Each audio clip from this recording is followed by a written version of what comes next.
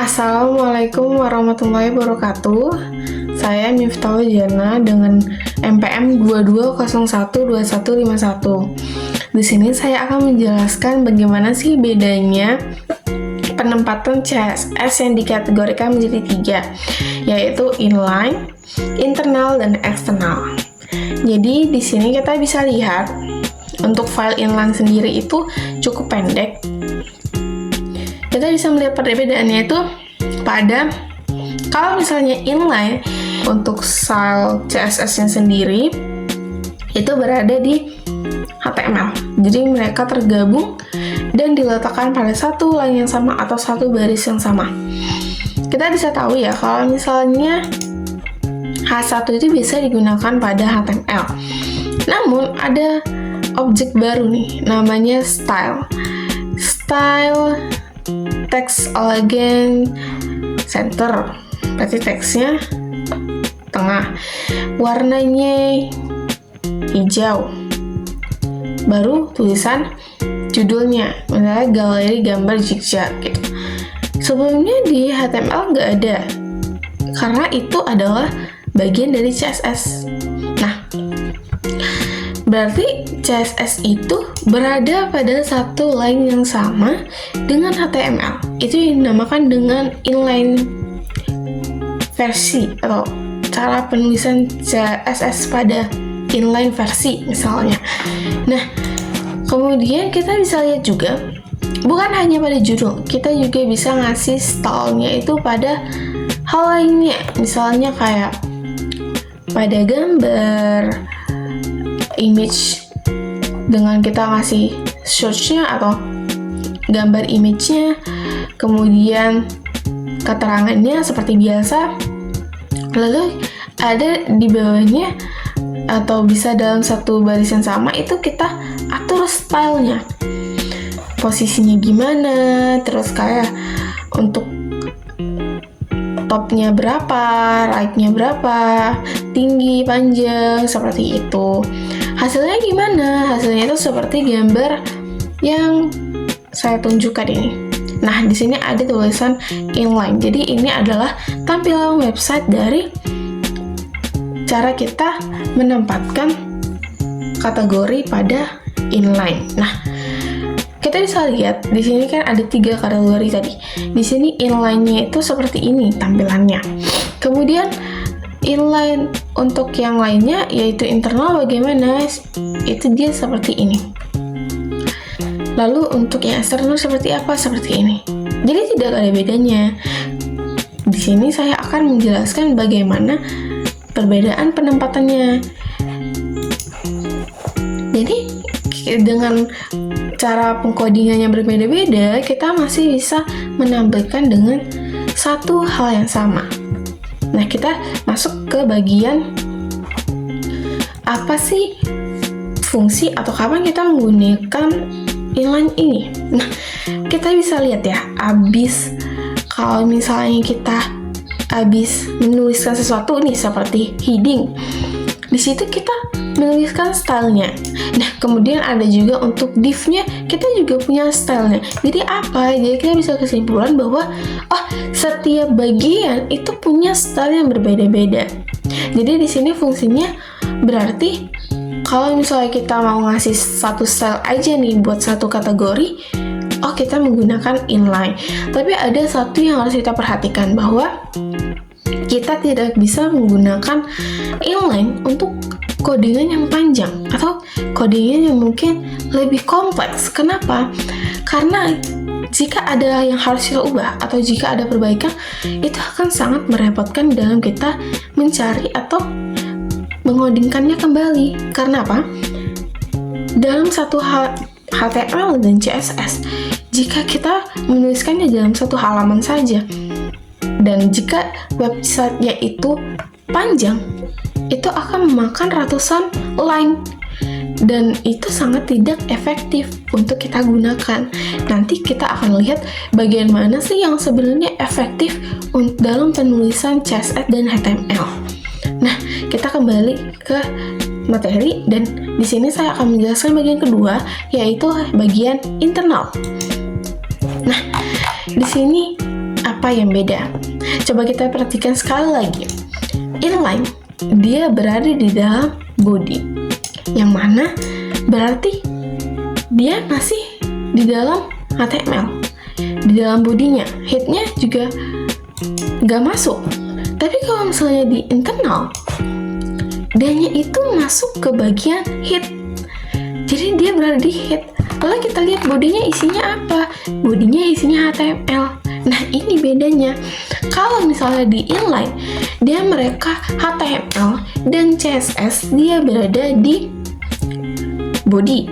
Tapi kalau misalnya internal, CSS-nya di head, sementara HTML-nya di body. Itu cukup rapi ya, cukup clean. Jadi kita membedakannya untuk stylenya sendiri, untuk HTML-nya sendiri.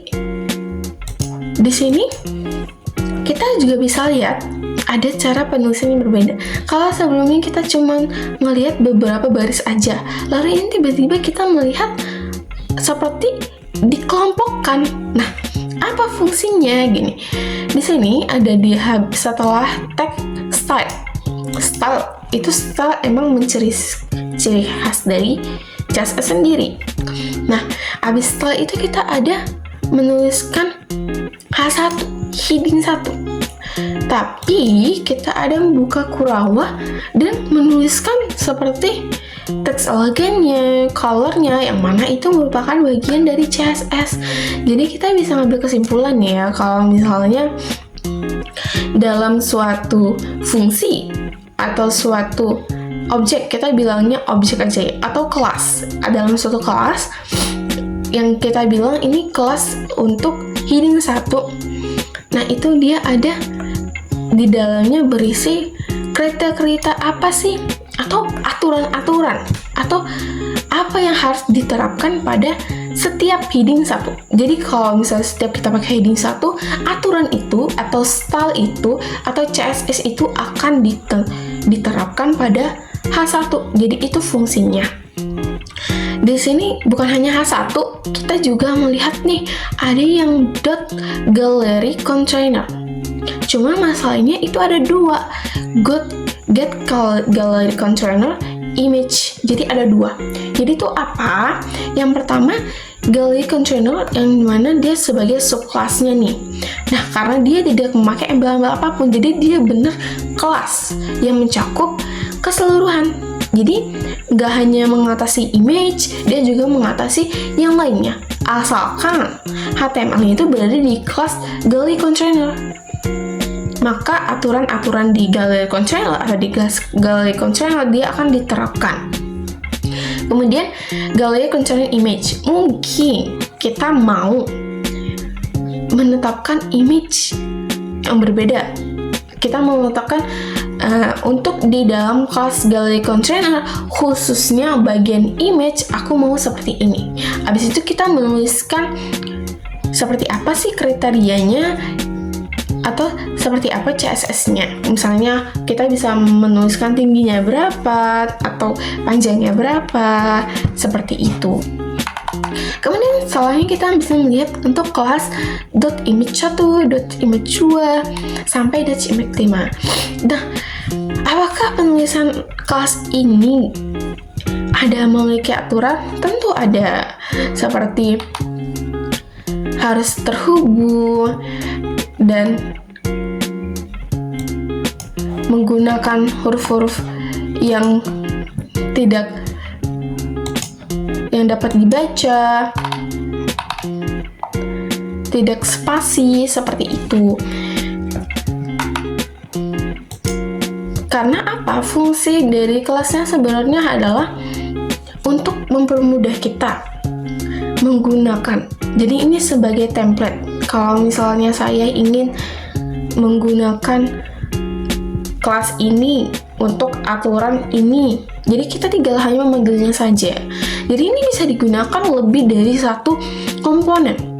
Misalnya saya bisa menggunakan satu kelas yang berisi CSS, tapi saya menggunakannya itu atau memanggilnya itu untuk banyak kebutuhan HTML. Misalnya untuk heading saya perlu untuk penulisan image saya perlu, untuk tulisan-tulisan di bagian teks saya perlu, dan mereka hanya memakai satu kelas CSS. Itu diperbolehkan, itu untuk mempermudah. Jadi kita tidak, kalau misalnya di inline kita mungkin harus menulis hal yang sama berulang kali, padahal kita hanya butuh satu itu saja, padahal sama, tapi kita menulisnya berulang kali dan itu tidak efektif.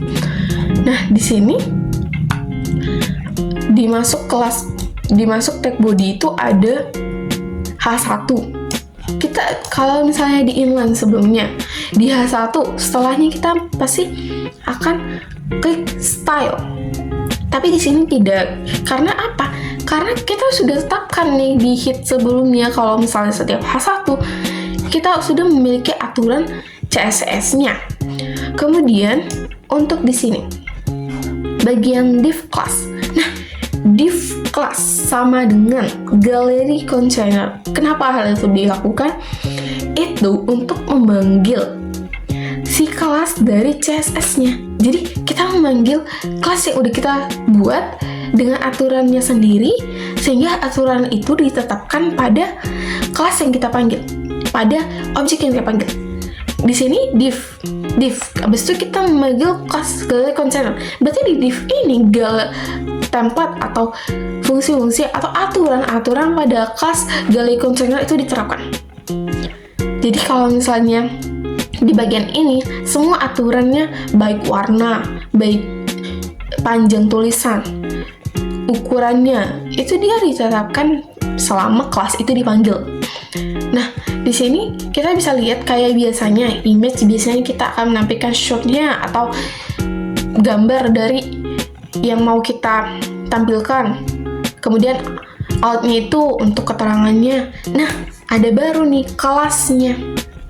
Jadi kita nggak harus gallery container, oh berarti kita nggak bisa mengubah yang lainnya. Bisa. Misalnya gallery container untuk tampilannya saja. Tapi adalah gallery container image untuk image-nya. Nah, itu kenapa di sini ada image 1, image 2, image 3, 4, 5. Nah, itu punya aturannya sendiri. Tadi kita juga sudah menuliskannya image 1, 2, 3, 4, 5. Tapi untuk image-nya sendiri di mana terlihat? Untuk yang kelas gallery container image itu dia akan otomatis selama gallery container dipanggil dan selama yang di dalamnya berbentuk image itu akan terapkan. Jadi gitu cara manggilnya. Kalau yang induk kelasnya dia seperti biasa, kita panggil saja kelas, terus kita ketikkan kelasnya dan kemudian udah diterapkan. Nah, seperti itu. Jadi itu bedanya ya. Kalau misalnya yang internal dia dalam satu file yang sama, namun penempatannya kalau CSS di hit, HTML-nya di body. Kalau misalnya inline, mereka satu line, satu baris. Ada plus minusnya juga. Nah, kalau ini kita lihatnya lebih rapi, lebih mudah, dan lebih efisien juga. Kita bisa menggunakan satu ketentuan yang sama untuk banyak hal yang berbeda-beda. Sedangkan inline, kita harus menuliskannya, walaupun sama, kita harus menuliskannya kembali, dan itu kurang efisien. Namun, walaupun internal memiliki kelebihannya, cuma agak kekurangannya, yaitu kita tidak bisa menggunakan ini untuk halaman yang banyak. Misalnya dalam website kita bisa menggunakan banyak halaman. Nah, kalau menggunakan internal ini cukup sulit jika kita menggunakan pada 2 halaman atau lebih. Kenapa? Karena CSS itu hanya berada pada satu file dengan HTML-nya. Lalu bagaimana kita ingin menggunakan CSS ini pada file yang lain, sementara dia berada di dalam file HTML? Nah, muncullah bagian ketiga, yaitu external HTML. Kita bisa lihat nih, di sini cuma sedikit codingannya. Kenapa? Karena isinya cuma HTML. Lalu di mana CSS-nya? Di sini. Nah, ini CSS-nya. Lah, bagaimana cara kerjanya? Seperti ini. kita bisa lihat seperti biasa, HTML length in itu artinya panjangnya atau kriterianya berbahasa Inggris seperti itu. Seperti biasa, cuma di sini kita bisa melihat bahwa ada yang baru, link. Kalau misalnya HTML dulu, kita mau menampilkan link itu dengan A. Lalu ini link apa? Ini link yang menghubungkan HTML dan CSS walau dalam file yang berbeda. Apakah bisa dihubungkan? Apakah akan ditetapkan atau diterapkan? Iya, tetap diterapkan. Karena seperti yang saya tunjukkan sebelumnya, websitenya gambarnya tetap sama, tapi filenya, penulisannya itu berbeda. Jadi walaupun inline, walaupun eksternal, internal, sebenarnya dia bisa sama saja. Kemudian kita bisa lihat di sini ada ring rel style sheet. Itu fungsinya apa? Style sheet. Nah, karena filenya berbeda, kita harus ngasih tahu nih. Kalau misalnya file dari yang mau saya kasih itu adalah untuk style penggayaan. Jadi dia akan mengkondisikan, oh file yang ini ternyata untuk stylenya. Kemudian ada ref, yaitu style.css. Itu apa? Itu nama file CSS kita. Jadi kalau misalnya nama filenya tampilan CSS, tampilan.css, ya kita harus menuliskan seperti itu. Harus sama persis, karena kalau misalnya salah caps lock saja itu tidak akan terbaca. Dia harus sama persis. Kemudian dia berada di mana sih? Untuk linknya itu dia masih berada di head ya. Kalau sebelumnya pada internal dia di dalam head, cuman CSS-nya juga di dalam head. Sementara ini kita cuman linknya saja yang di dalam head. Kemudian bodinya seperti biasa, bodinya seperti headingnya, untuk div-nya, cuman di sini kita bisa ngelihat tetap memakai kelas container. Kenapa? Walaupun di file CSS-nya berbeda, itu hanya untuk bagian yang kelas-kelas saya sebutkan tadi ya. Jadi untuk memanggilnya kita tetap sama, memanggilnya seperti biasa, cuman bedanya kita menempatkan kelas-kelas tadi atau pengelompokan tadi pada file yang berbeda saja. Cuma itu yang diletakkan CSS. Nah, di sini juga sama, pemanggilan kelasnya itu dengan yang sesuai dengan pada CSS. Jadi kita bisa lihat CSS-nya langsung ya. Di sini itu ada heading 1, kelas heading 1, gimana kriteria atau aturannya pada CSS, terus ada gallery control, sama seperti tadi. Cuman kita bisa lihat di sini isinya cuman bagian CSS-nya saja, bagian kelas-kelas saja. Jadi nggak perlu kayak yang kita tambah-tambahin yang lain, nggak. Jadi dia cuman menampilkan kelas-kelasnya saja. Cukup mudah kan? Jadi sebenarnya kita tinggal memindahkan ini ke bagian file lain. Tidak perlu memakai style. Cukup itu saja, karena di sini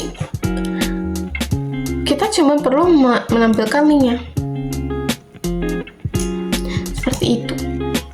Nah, jadi tuh kita bisa lihat ya bedanya, dan mungkin teman-teman bisa melihat sebenarnya lebih enak yang mana kita gunakan untuk berbagai file, untuk berbagai halaman. Jadi kalau misalnya halamannya banyak, sementara kita mau gunakan satu fungsi CSS pada file yang lain, kita bisa menggunakan eksternal saja.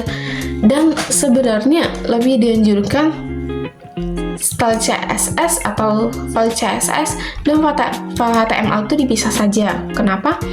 Karena jika kita ingin melakukan modifikasi terhadap CSS-nya, kita hanya perlu ke CSS-nya saja, atau kalau misalnya pada internalnya kita bisa mengeditnya dengan lebih mudah dan cepat. Jadi sekian dari perbedaan nih dalam kategorian penulisan penempatan CSS, yaitu pada internal, inline, dan eksternal. Assalamualaikum.